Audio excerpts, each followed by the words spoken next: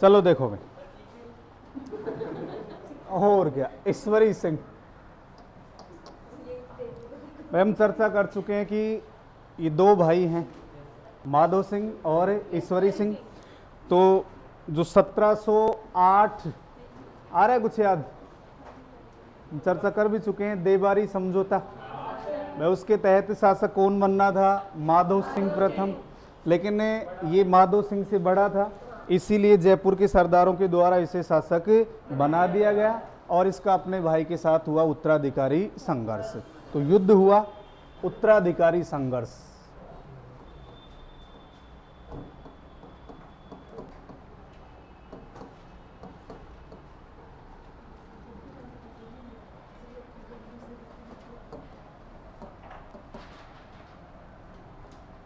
और इनमें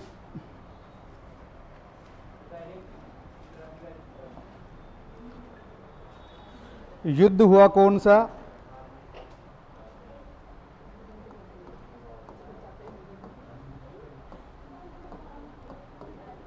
राजमहल का युद्ध।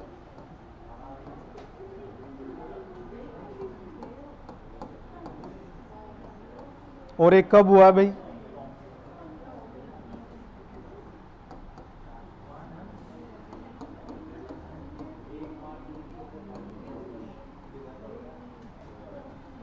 एक मार्च 1747।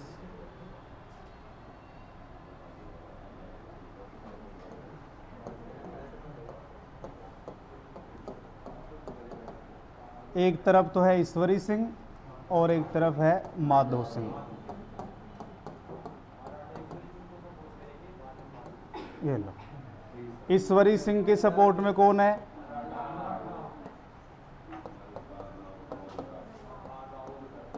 ये याद रखना है भाई।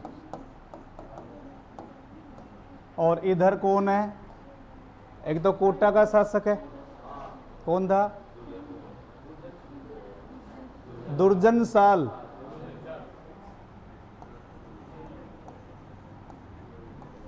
दुर्जन साल। और जगत सिंह सेकंड, इसका संबंध कहां से है, मेवाड़ से। ठीक है, अब इस युद्ध में ईश्वरी सिंह विजयी हुआ।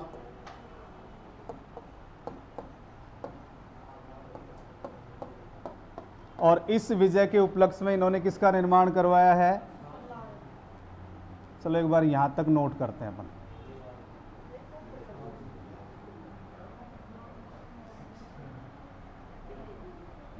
देखिए इसके बाद देखिए,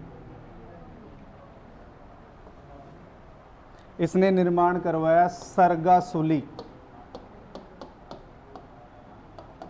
अथवा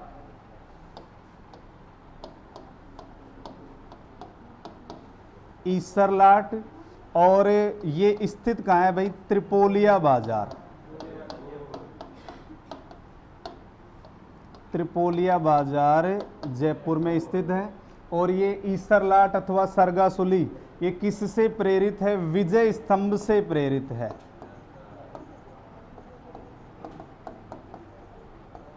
विजय स्तंभ से प्रेरित है। और ये कितने मंजिल का है, 7 मंजिल।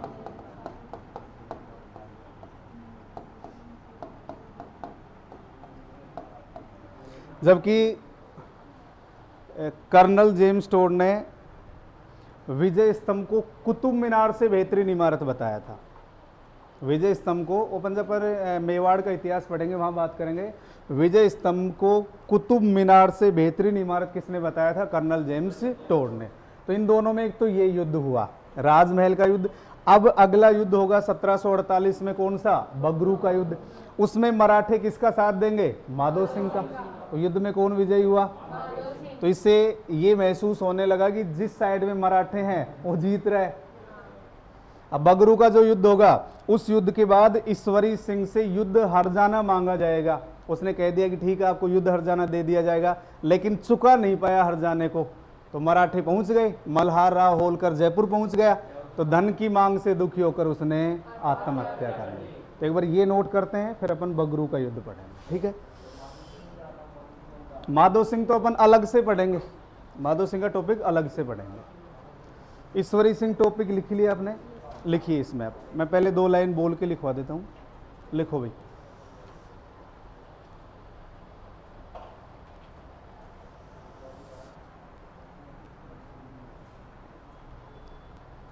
सवाई जयसिंह का बड़ा पुत्र होने के कारण, सवाई जयसिंह का बड़ा पुत्र होने के कारण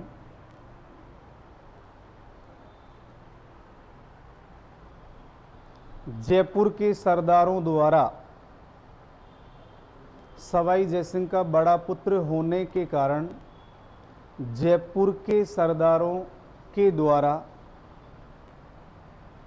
ईश्वरी सिंह को शासक बना दिया गया। ईश्वरी सिंह को शासक बना दिया गया।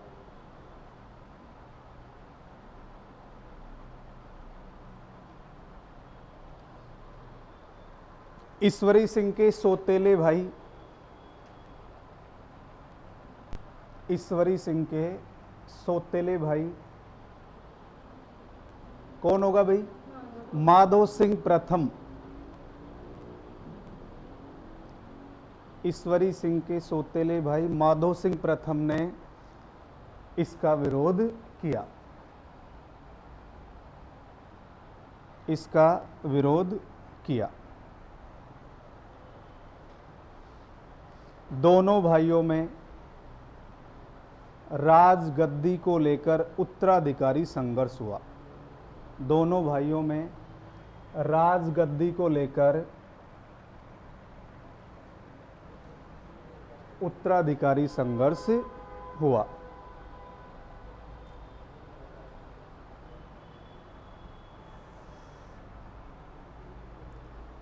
अब लिख लीजिए आप राजमहल का युद्ध। राजमहल का युद्ध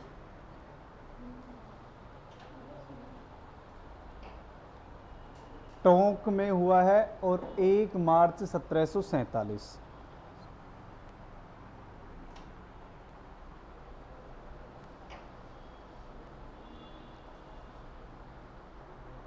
एक मार्च 1747। ऐसे लिखोगे या बोलूं? भाई एक बार ऐसे लिखो, ईश्वरी सिंह और एक साइड में माधो सिंह लिख लो।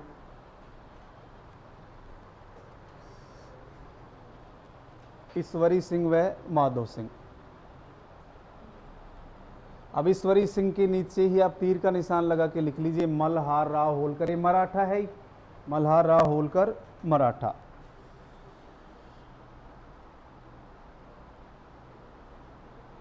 और उधर लिख लेंगे एक तो दुर्जन साल कोटा और जगत सिंह द्वितीय मेवाड़।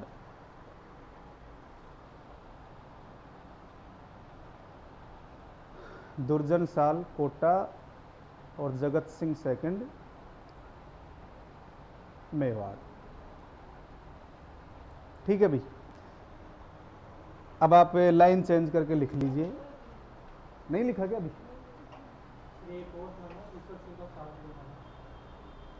सूरजमल के बारे में माना जाता है कि सूरजमल ने भी साथ दिया था। कुछ मानते हैं बूंदी का उम्मेद सिंह था, वो भी साथ था। सूरजमल का जरूर मानते हैं, लेकिन सूरजमल की जो वास्तविक भूमिका है वो बगरू के युद्ध में मानी जाती है। कुछ तो मानते हैं कि यहाँ भी साथ दिया था, कुछ मानते हैं कि बगरू के युद्ध। मैं नोट डाल के लाइन लिखवा दूंगा, घबराओ मत। इसलिए मैंने यहाँ नहीं लिखवाया, तो कुछ विद्वान तो क्या मानते हैं कि बगरू के युद्ध में भूमिका दी, कुछ मानते हैं कि इसमें भूमिका दी। तो अपन नोट डाल के लिख लेंगे कि उत्तराधिकारी संघर्ष में सूरजमल ईश्वरी सिंह के साथ था। क्लियर हो जाएगा? ठीक है भाई। तो आगे लिखो, युद्ध में विजयी होकर, बस केवल यहां तक ही लिखवा है मैंने। अगली लाइन लिखनी है जगत सिंह मेवाड़ का कौन कौन साथ दे रहे थे, उसके बाद लिखना है युद्ध में विजयी होकर ईश्वरी सिंह ने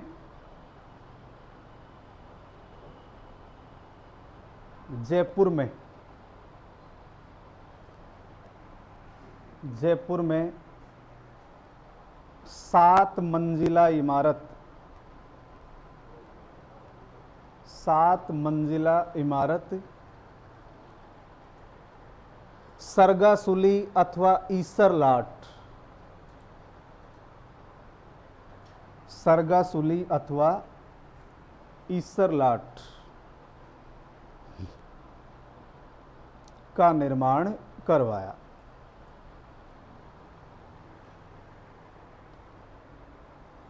निर्माण करवाया। यह इमारत विजय स्तंभ से प्रेरित है। यह इमारत विजय स्तंभ से प्रेरित है।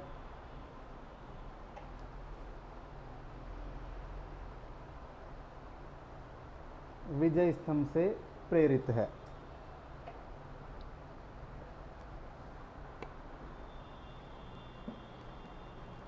तो ये तो हो गया कौन सा युद्ध, राजमहल का युद्ध। अब अगले ही वर्ष 1748 में कौन सा युद्ध हुआ, बगरू। अब जो मराठे हैं वो किसका साथ दे रहे हैं, माधो सिंह का साथ दे रहे हैं।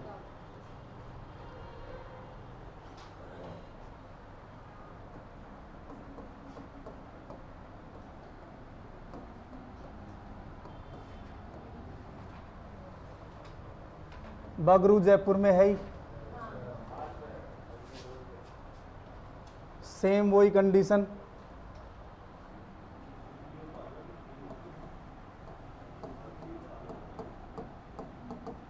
ईश्वरी सिंह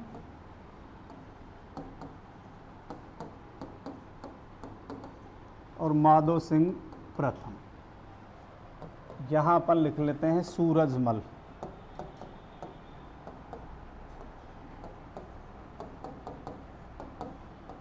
और इधर कौन हो जाएगा, हाँ नहीं आ रही,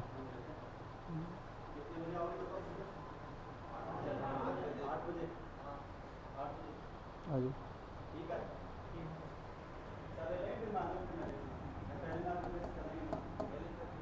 पहले मैं ही आ जाऊंगा सुबह सुबह ठंडा।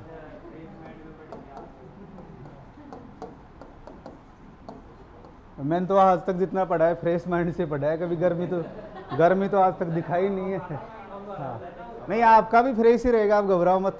आप अपन पढ़ रहे हैं फ्रेश ही तो है। दोबारा बच गए वैसे भी।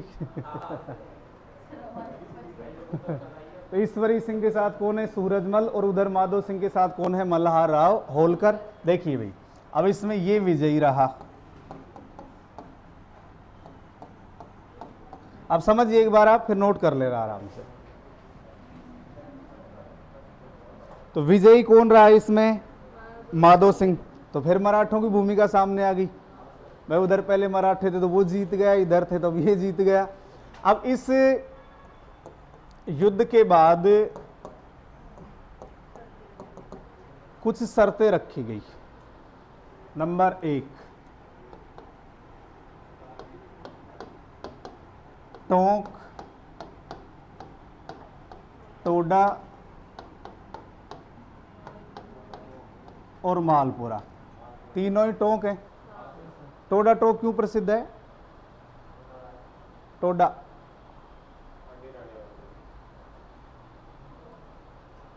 हाड़ी रानी टोडा टोंक से।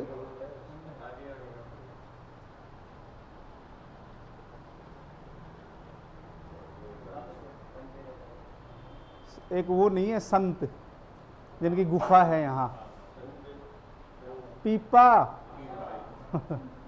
जिनका वास्तविक नाम क्या था, संत पीपा का वास्तविक नाम प्रताप सिंह। दर्जी समुदाय उनको अपना आराध्य मानता है, समझ गए।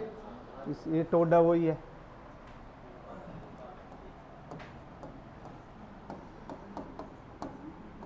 इस युद्ध के बाद की स्थिति देखिए, ईश्वरी सिंह पराजित हुआ है, भाई मरा थोड़ी है, पराजित हुआ है। पर अगर मान लीजिए युद्ध में मर जाता तो 1748 में फिर शासक कौन बन जाता, माधो सिंह बन जाता। युद्ध में पराजित ही तो हुआ है। तो युद्ध के बाद ईश्वरी सिंह को टोंक, टोडा और मालपुरा सहित 5 परगने किसको देने पड़े, 3 का नाम मिलता है, कुछ छोटे मोटे होंगे और कोई, बाकी 3 का नाम मिलता है, टोंक, टोडा और मालपुरा। ये मुख्य थे, इन सहित 5 परगने इनको देने पड़े। नंबर 2, मराठों को धनराशि देने का क्या दिया, आश्वासन दिया। फिक्स नहीं थी, आश्वासन दिया है। अब दिया नहीं इसीलिए तो मरेगा फिर। आश्वासन दे दिया। एक तो क्या हुआ, टोंक, टोडा और मालपुरा सहित 5 परगने किसको देगा, माधो सिंह को। और एक मराठों को विशाल धनराशि देने का आश्वासन दिया कि मैं दे दूंगा, मेरी इच्छा से धनराशि दे दूंगा। अब इसने धनराशि दी नहीं। मराठा कौन है, मल्हार राव होलकर, ये आ गए जयपुर, खिलाओ धनराशि दो। तो ये धनराशि की व्यवस्था नहीं कर पाया, इसलिए मराठों का दबाव बढ़ा जयपुर पर। तो दबाव में आकर इसने 1750 में आत्महत्या कर ली। तो राजस्थान का पहला शासक माना जाता है जो मराठों से डर करके आत्महत्या करता है। तो 1750 में इसकी जीवन लीला समाप्त हुई। अब मराठों ने क्या किया, किसको शासक बना दिया, माधो सिंह को। आगे क्या घटनाएं घटित होंगी उनके बारे में चर्चा करेंगे। तो आप लिखिए एक बार, बगरू का युद्ध।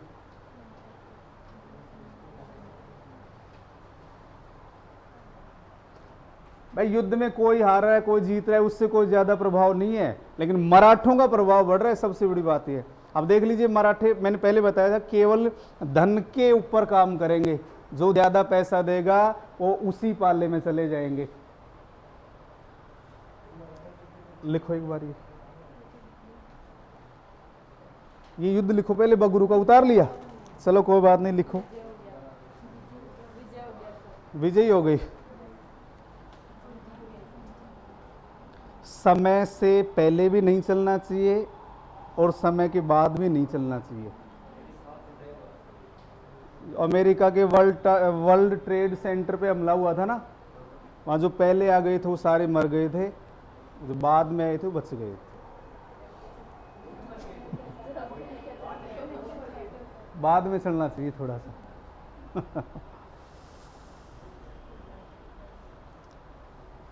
एक बार तो ऐसे उतार लीजिए, मैं शर्तें बोल के लिखवा दूंगा।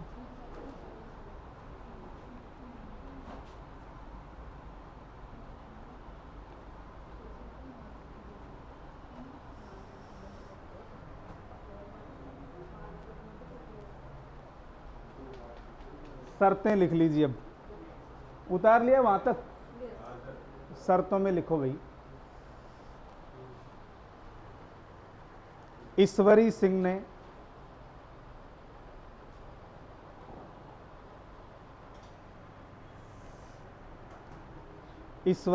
ने टोंक, टोडा व मालपुरा सहित, ईश्वरी सिंह ने टोंक, टोडा व मालपुरा सहित 5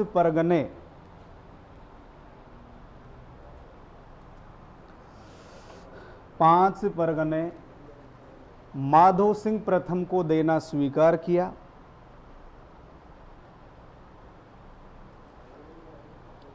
माधो सिंह प्रथम को देना स्वीकार किया।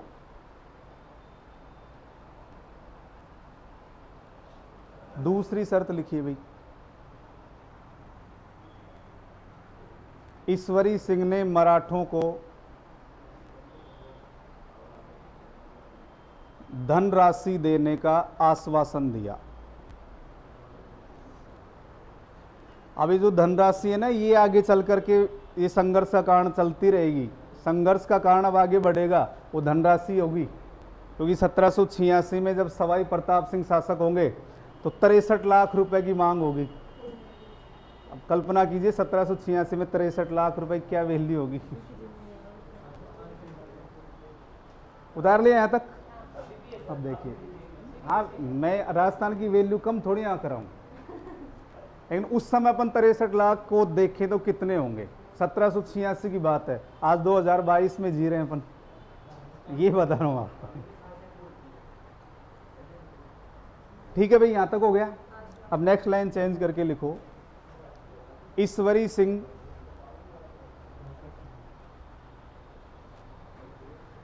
सिंह ने मराठों को धन नहीं दिया।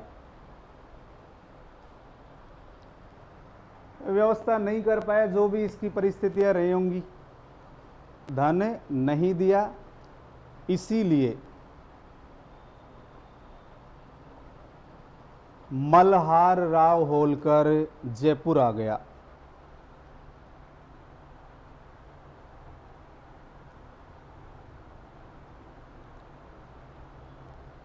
मल्हार राव होलकर जयपुर आ गया। अब धन की मांग से दुखी होकर 1750 में ईश्वरी सिंह ने आत्महत्या कर ली। तो नेक्स्ट लाइन लिखिए, धन की मांग से दुखी होकर, धन की मांग से दुखी होकर ईश्वरी सिंह ने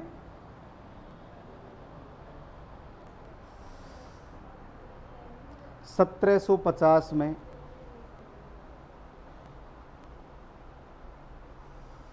आत्महत्या कर ली।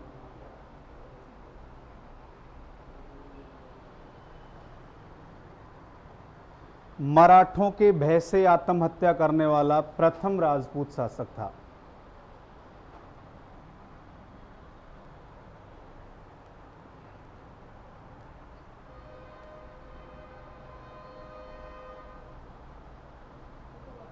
मराठों के भय से आत्महत्या करने वाला प्रथम राजपूत शासक था। इसके बाद तो ऐसा कोई उल्लेख मिलता नहीं है, लेकिन पहला यही शासक माना जाता है। बाद में कोई हो सकता है कोई छोटा मोटा कोई घटना घटित हो गई, चला गया, वो बात अलग है। क्योंकि सबसे बड़ी अब देखिए भूमिका यहाँ मराठों की बढ़ गई है। अब मराठे किसको शासक बना रहे हैं? माधव सिंह को। नया शासक आ गया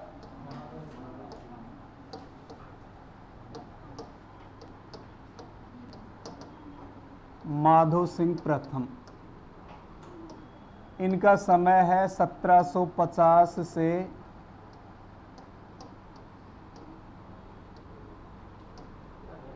1768। शासनकाल क्या है? 1750 से 1768। ठीक है।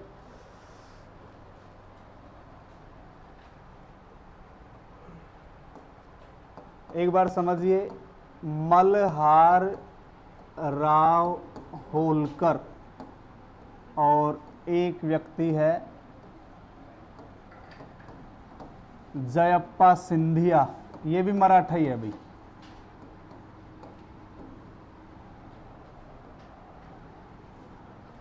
इन दोनों ने मिलकर के इसको शासक घोषित कर दिया और गद्दी पे बिठा दिया। बनना ही था वैसे भी शासक, लेकिन वो श्रेय ले रहे हैं कि हम आपको शासक बना रहे हैं। तो इन दोनों ने गद्दी पे बिठाया और गद्दी पे जब वो बैठ गए तो इन्होंने वही मांग की।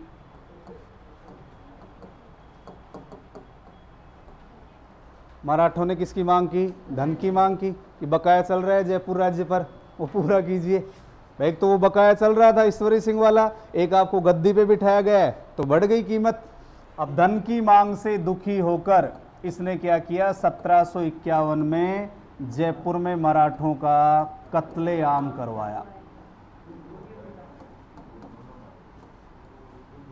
तो ये ध्यान रखना है अभी, आत्महत्या करने वाला तो कौन हो गया? ईश्वरी सिंह, और कत्लेआम करवाने वाला कौन हो गया? माधव सिंह।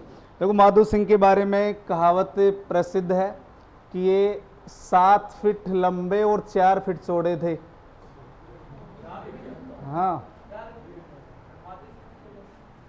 इनका कुर्ता पायजामा सिटी पैलेस में रखा हुआ है।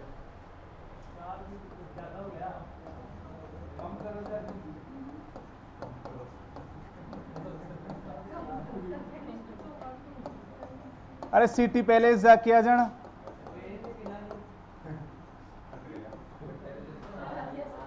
देखो अपन शरीर के बारे में इतना एक तरीके से डाउट नहीं कर सकते, मानते हैं कि कई जगह अतिशयोक्ति हो सकती है। इसका सबसे बड़ा कारण क्या है भाई? आज भी आप देखते हैं कई किसी गांव में या किसी क्षेत्र विशेष में आज भी आपको हट्टे कट्टे व्यक्ति मिलेंगे। और आप यहाँ चले जाओ ना, ऑस्ट्रेलिया न्यूजीलैंड चले जाओ, अपन क्रिकेट देखते हैं ज़्यादा, आप गहराई में नहीं जाएं, वहाँ के खिलाड़ी देख लीजिए, उनका शरीर देख लीजिए। और सबसे बड़ी बात, कई बार ये डाउट होता है कि ऐसे पता नहीं व्यक्ति थे या नहीं थे। आप ये जो किले बने हुए हैं, मतलब एक ही सामान्य उदाहरण दूंगा आपको, जितने भी किले बने हुए हैं इनमें जो पत्थर वगैरह सेट किए गए हैं उनको जाके देखना, क्योंकि उस समय पहले मशीनरी भी नहीं थी। भाई कम से कम और भी ज्यादा विश्वास न करें तो इनको देख लीजिए आप, क्योंकि ये मनुष्यों के द्वारा बनाए गए हैं, क्योंकि उस समय मशीनरी नहीं है। औद्योगिक क्रांति हुई वो इंग्लैंड में हुई, भारत में नहीं हुई है। औद्योगिक क्रांति कहाँ हुई थी? इंग्लैंड में हुई थी, भारत में तो औद्योगिक क्रांति भी नहीं हुई। तो आप इन पे डाउट न करें तो मेरे हिसाब से बेहतर रहेगा। भाई आप प्रत्यक्ष देख के आ जाओ ना, जितने भी दुर्ग वगैरह बने हुए इनमें विशाल पत्थर लगे हुए हैं, वो मनुष्य के द्वारा लगाए गए हैं। अब देख लीजिए, आज हमें मान लीजिए 20 से 25 सीढ़ियां चढ़ते हैं तो हम सांस लेकर के वहीं बैठ जाते हैं, और वो भी लोग थे नीचे से ऊपर जाते थे, कितने पत्थर लेके जाते थे, चूना गारा जो भी था वो लेकर के जाते थे। ज्यादा इन पे डाउट नहीं करें। आज भी पुराने जो व्यक्ति हैं तो आप सुनते नहीं थे, कोई 1 किलो घी पी जाता है, कोई आधा किलो घी खा जाता है, आज भी। हाँ चोगा बोलते हैं। चलो इसके बाद देखिए भाई, तो 1751 में मराठों से दुखी होकर इसने मराठों का करवा दिया कत्लेआम। इसके बाद देखिए भाई,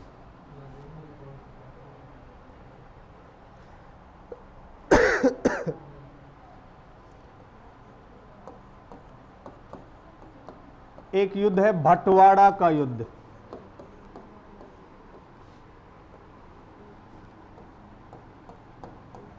(1761) और ये किस किस के मध्य हुआ है? एक तो है माधो सिंह,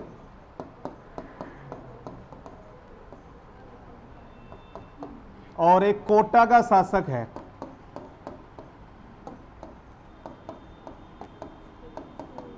शत्रुसाल। ध्यान रखेंगे, युद्ध का नाम है भटवाड़ा का युद्ध। कब हुआ है? 1761 में।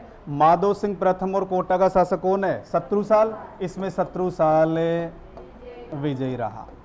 एक युद्ध और है, युद्ध का नाम सुनाओ आपने, कामा का युद्ध।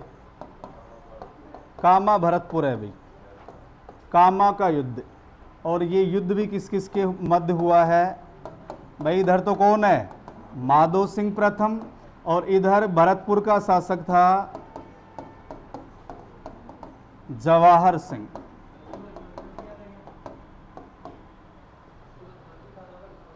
यहां सूरजमल हमेशा ही थोड़े रहेगा, हम भी मरेंगे, हमारे बाद कोई दूसरा आएगा, हमारे से पहले भी कोई था, एक ही व्यक्ति थोड़ी रहेगा भाई, वहां का व्यक्ति एक ही था। तो इस युद्ध में माधो सिंह विजयी रहा। इस युद्ध में विजयी कौन रहा? माधो सिंह।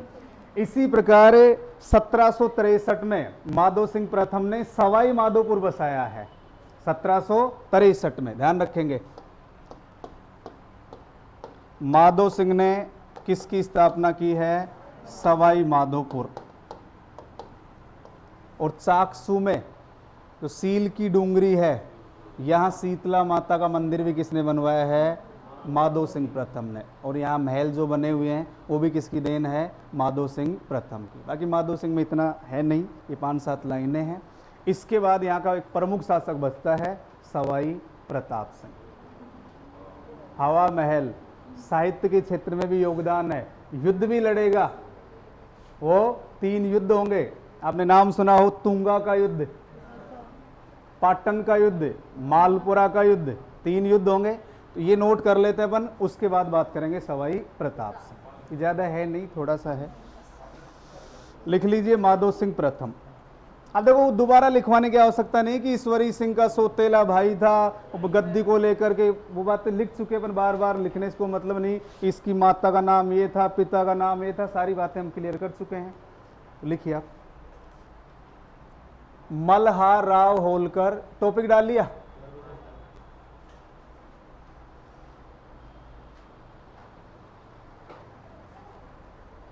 मल्हार राव होलकर व जयप्पा सिंधिया।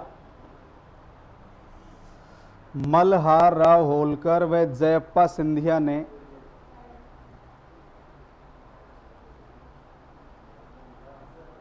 मल्हार राव होलकर व जयप्पा सिंधिया ने इसे गद्दी पर बिठाया।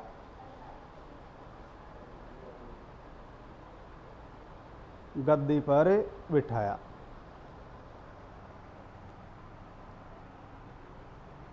मराठों ने इससे धन की मांग की।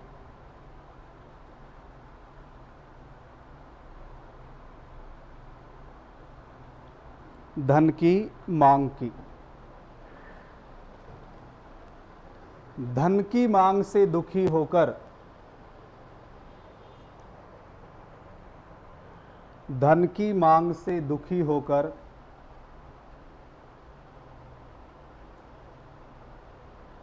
माधो सिंह प्रथम ने 1751 में, धन की मांग से दुखी होकर माधो सिंह प्रथम ने 1751 में जयपुर में मराठों का कत्लेआम करवाया। जयपुर में मराठों का कत्लेआम करवाया।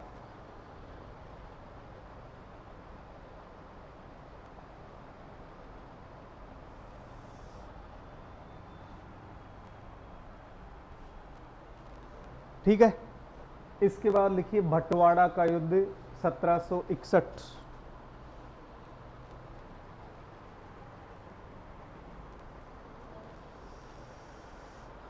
बटवाड़ा का युद्ध 1761। 1761 में एक युद्ध हुआ था, पानीपत का तीसरा युद्ध।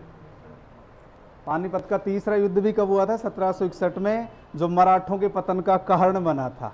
मराठों के पतन का कारण बना था 1761 का युद्ध। लिखिए माधो सिंह प्रथम और शत्रु साल, इसके आगे कोटा लिख लेना या पहले कोटा लिख लो। माधो सिंह प्रथम ये जयपुर का शासक है, और शत्रु साल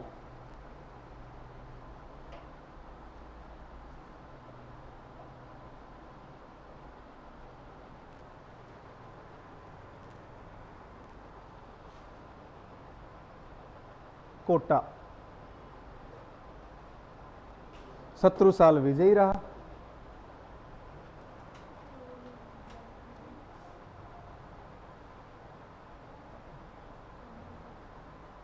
शत्रु साल विजयी रहा।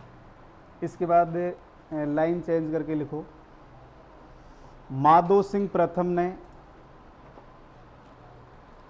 माधो सिंह प्रथम ने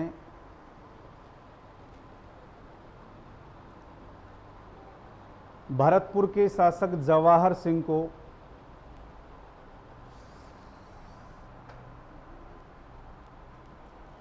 माधो सिंह प्रथम ने भरतपुर के शासक जवाहर सिंह को कामा के युद्ध में पराजित किया।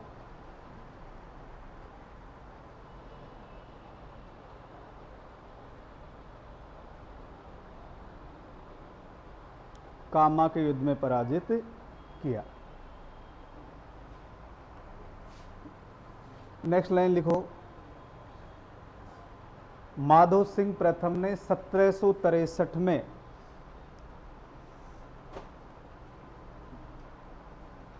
माधो सिंह प्रथम ने 1763 में सवाई माधोपुर की स्थापना की।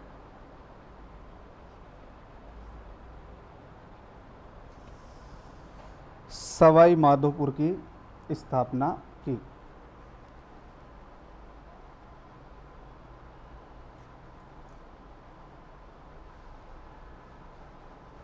नेक्स्ट,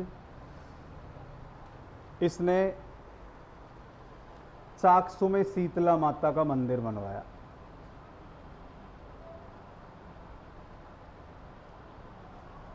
चाकसू में शीतला माता का मंदिर बनवाया।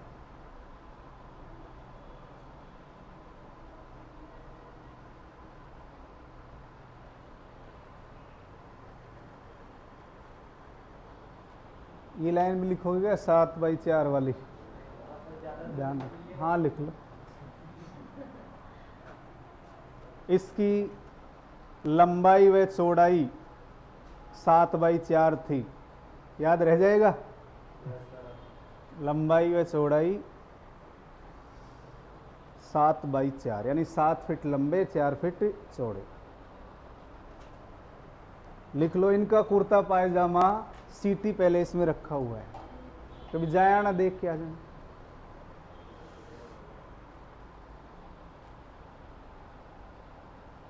कुर्ते को गाउन भी कहते हैं, गाउन।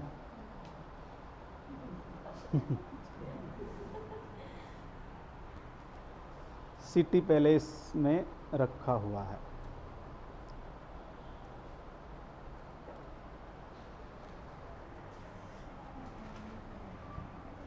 अब हम बात करते हैं सवाई प्रताप सिंह।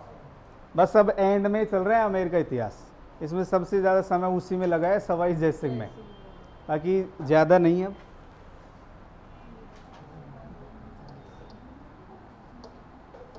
सवाई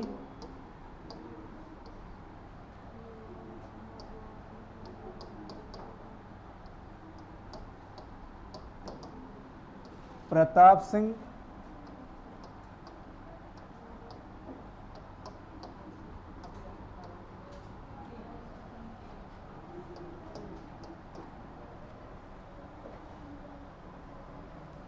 इससे पहले इसका भाई शासक था पृथ्वी सिंह, लेकिन उसका कोई उल्लेख नहीं मिलता है। ठीक है, अगर आप क्रम से बात करें तो इससे पहले कौन था? पृथ्वी सिंह था, लेकिन उसके योगदान वगैरह का उल्लेख हमें नहीं मिलता है। अब देखिए, सवाई प्रताप सिंह को भी हम थोड़ा सा अलग अलग प्रकार से पढ़ेंगे। एक तो स्थापत्य कला में इनकी भूमिका है। ये आपका हवा महल का निर्माण किसने करवाया है? सवाई प्रताप सिंह ने 1799 में, उसकी बात करेंगे। अब मराठों के साथ इसके जो संघर्ष हैं, पहले उनको देख लेते हैं अपन। मराठों के साथ संघर्ष कौन कौन से हुए वो देखिए।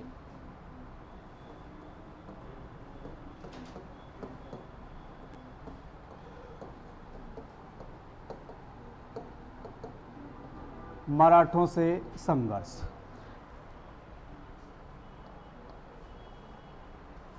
एक तो युद्ध का नाम है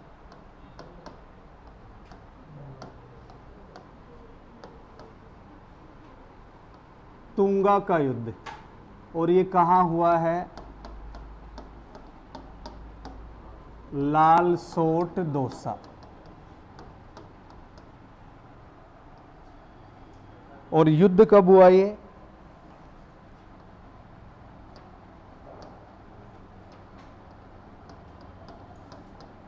28 जुलाई 1787। युद्ध का नाम है तुंगा का युद्ध, 28 जुलाई 1787, लाल सोट दौसा। क्लियर?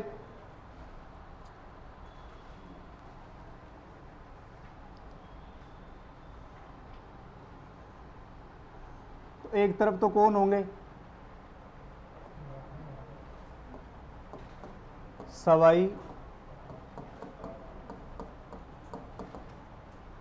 प्रताप सिंह, और एक तरफ मराठा सरदार है जिसका नाम है महादजी सिंधिया। मराठों का सरदार कौन है यहां? महादजी सिंधिया।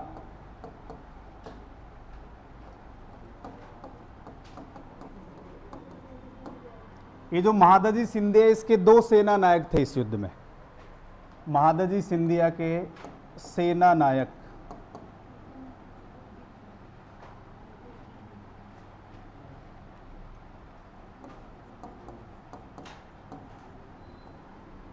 सेना नायकों के नाम है, एक का नाम है डी बोइन,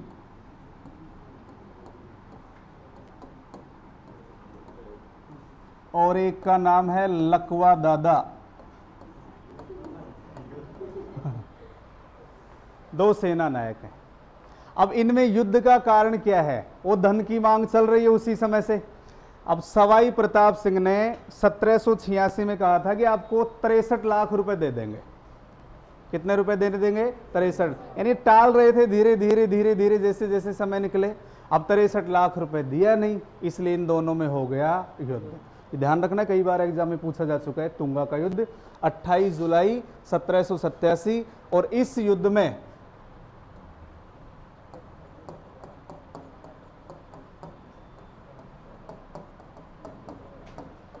पराजित हो गया, पीछे हट गया। यानी जयपुर की सेना ने इसे पीछे हटने के लिए मजबूर कर दिया। लेकिन पराजित होने के बाद इसने कहा था, इसने क्या कहा कि यदि मैं जीवित रहा तो जयपुर को धूल में मिला दूंगा।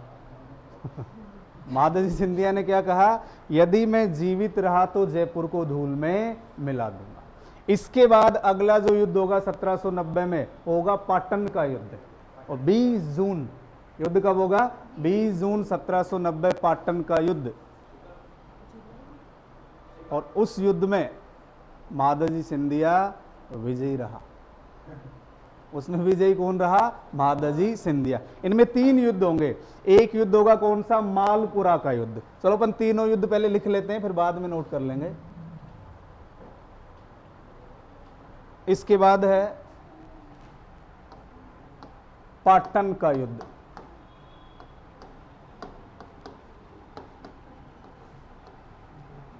ये कब हुआ? अभी बताया मैंने,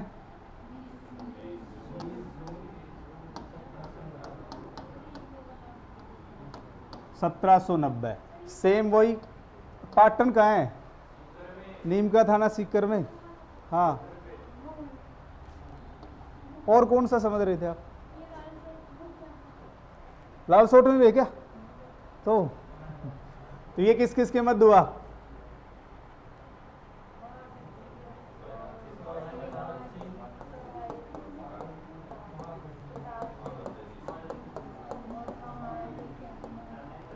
और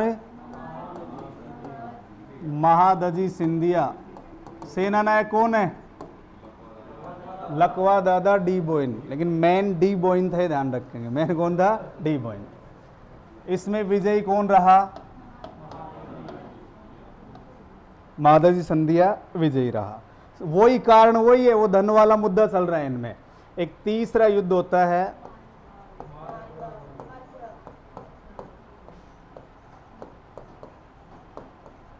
मालपुरा। टोंक में है मालपुरा। ये युद्ध हुआ 16 अप्रैल 1800। कब हुआ? 16 अप्रैल 1800।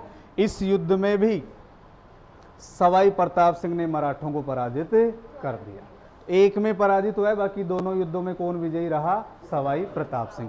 तो ये तो इनमें युद्ध थे। इसके बाद हम बात करते हैं फिर हवा महल की स्थापना। हवा महल 5 मंजिला है। 500 के नाम भी याद रखने हैं, क्रम से याद रखने, पूछा जा चुका है एग्जाम में। पहली मंजिल का नाम क्या है, दूसरी का क्या है, अपन क्रम से उनकी बात करेंगे। एक बार किसने? पाटन में।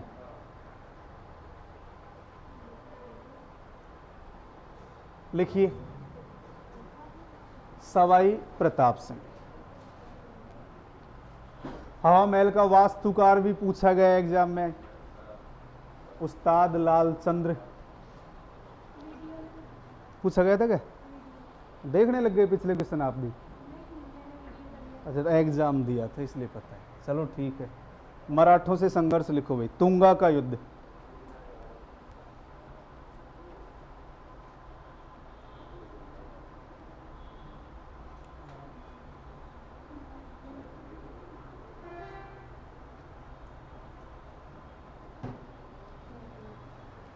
लाल सोट दौसा, 28 जुलाई 1787। सवाई प्रताप सिंह लिखो एक साइड में, और एक साइड में महादजी सिंधिया।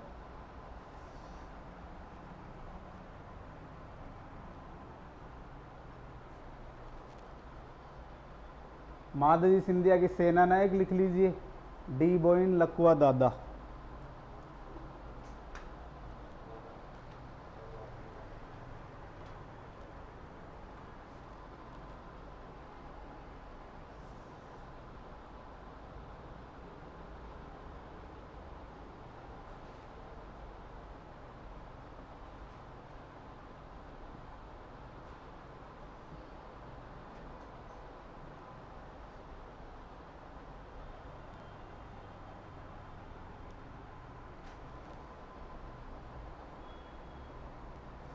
सिंधिया पराजित हुआ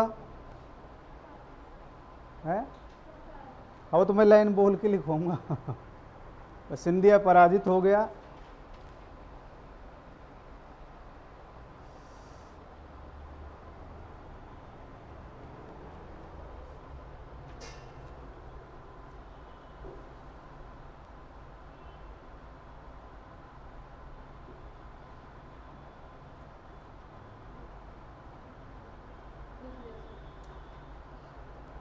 लिख लिया अभी?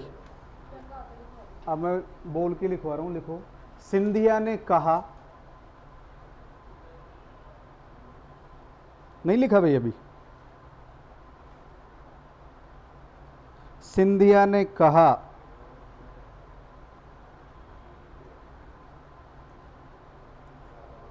यदि मैं जीवित रहा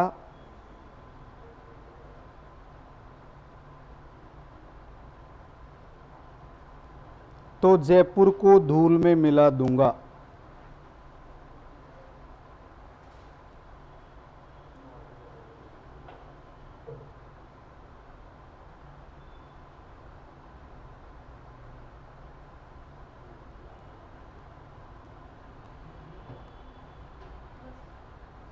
यदि मैं जीवित रहा तो जयपुर को धूल में मिला दूंगा।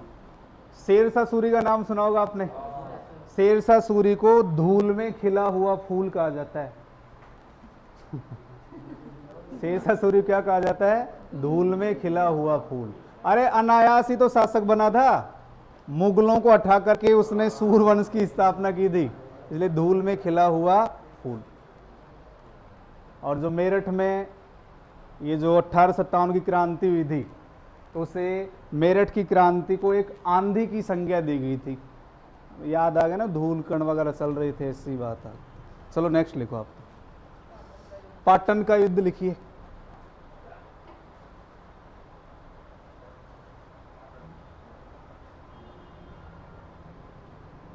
पाटन का युद्ध लिखो, 20 जून 1790।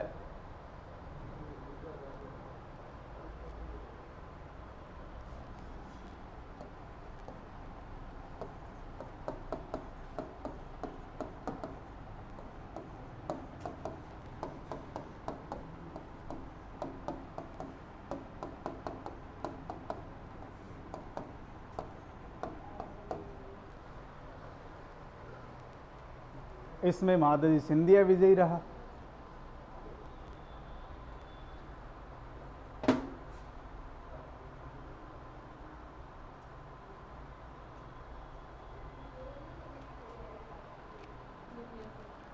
तीसरा भी लिख लो ये फिर। मालपुरा का युद्ध 16 अप्रैल 1800,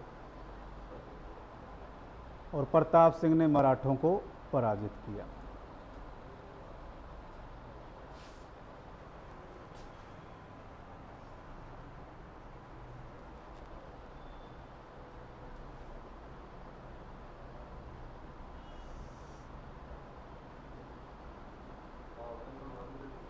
अब आओ महल बनवा लें।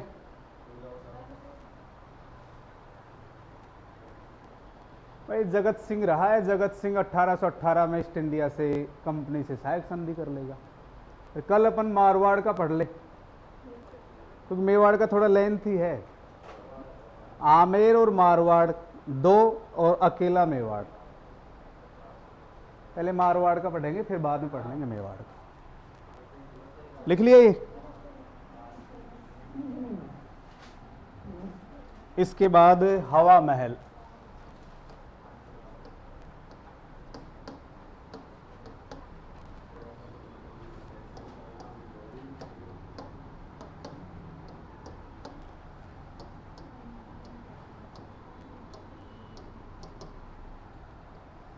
और निर्माण कब हुआ है? 1799।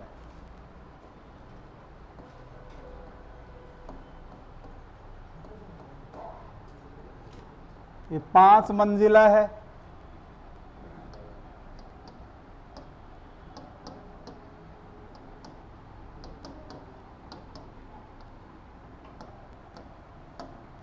शरद मंदिर, रतन मंदिर,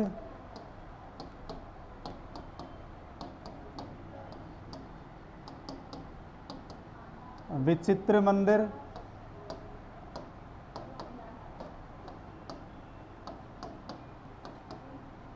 प्रकाश मंदिर और हवा मंदिर। ये 5 मंजिलों के नाम है क्रम से। पहली मंजिल शरद, दूसरी रतन, तीसरी विचित्र, चौथी प्रकाश, और 5वां है आपका हवा मंदिर। 5 मंजिला है। इसका वास्तुकार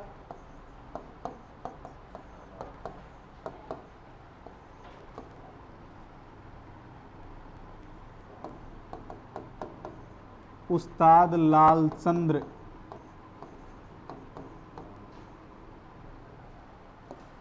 इसमें एक तो ये इसकी आकृति की यदि हम बात करें,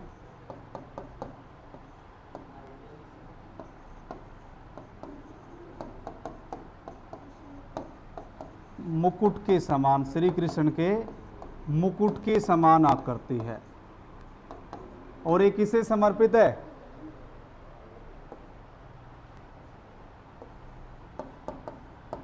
भगवान विष्णु को समर्पित है।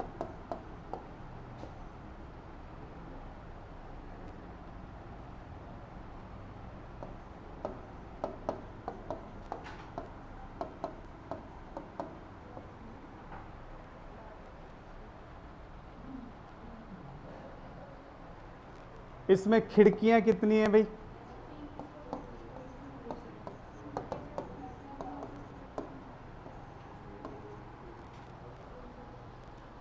खिड़कियां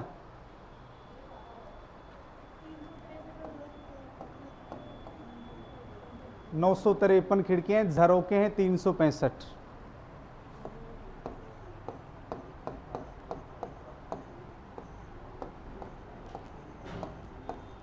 और ये बिना किसी नींव के, इसकी नींव नहीं भरी गई है, समतल यानी जमीन पर इसे बनाया गया है, बिना नींव के निर्माण।